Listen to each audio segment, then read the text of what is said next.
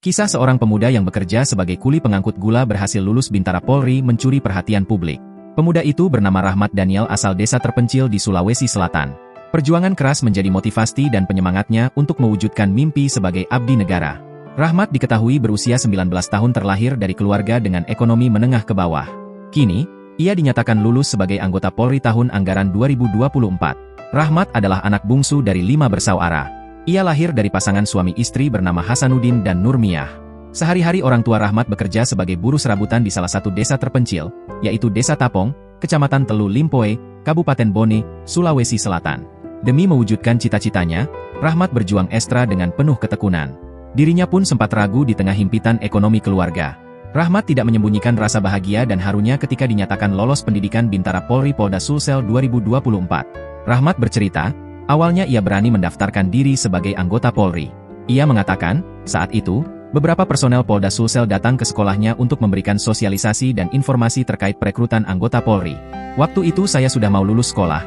Ada panitia pendaftaran datang kasih informasi bahwa akan dibuka pendaftaran Polri. Saya pertama ragu karena orang tua saya tidak ada biaya, ucap Rahmat, Minggu, 7 Juli 2024, dikutip dari Kompas.com. Setelah itu, Rahmat pun akhirnya meminta restu kedua orang tuanya untuk mendaftarkan diri.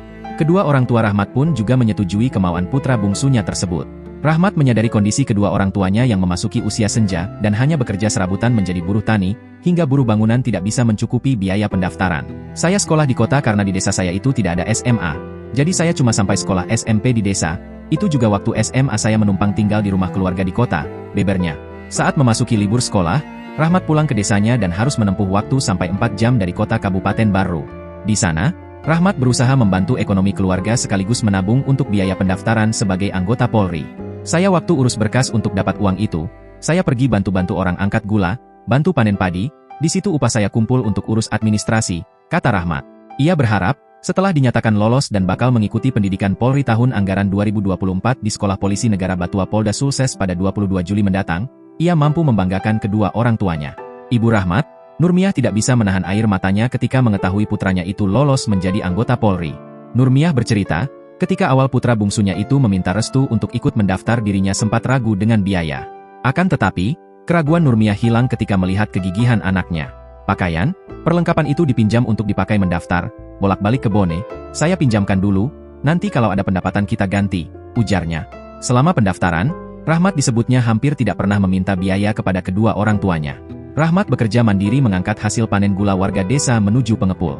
Keluarga Rahmat pun disebut pernah mendapat ejekan dari beberapa orang karena dinilai tidak mampu dari segi ekonomi untuk mendaftar sebagai anggota Polri.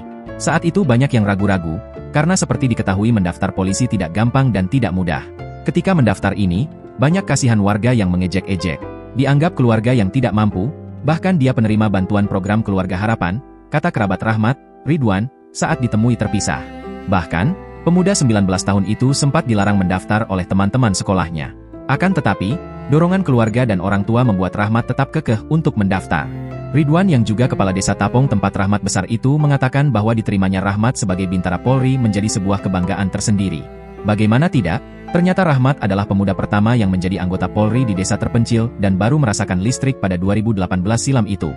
Download Tribun X sekarang, menghadirkan lokal menjadi Indonesia.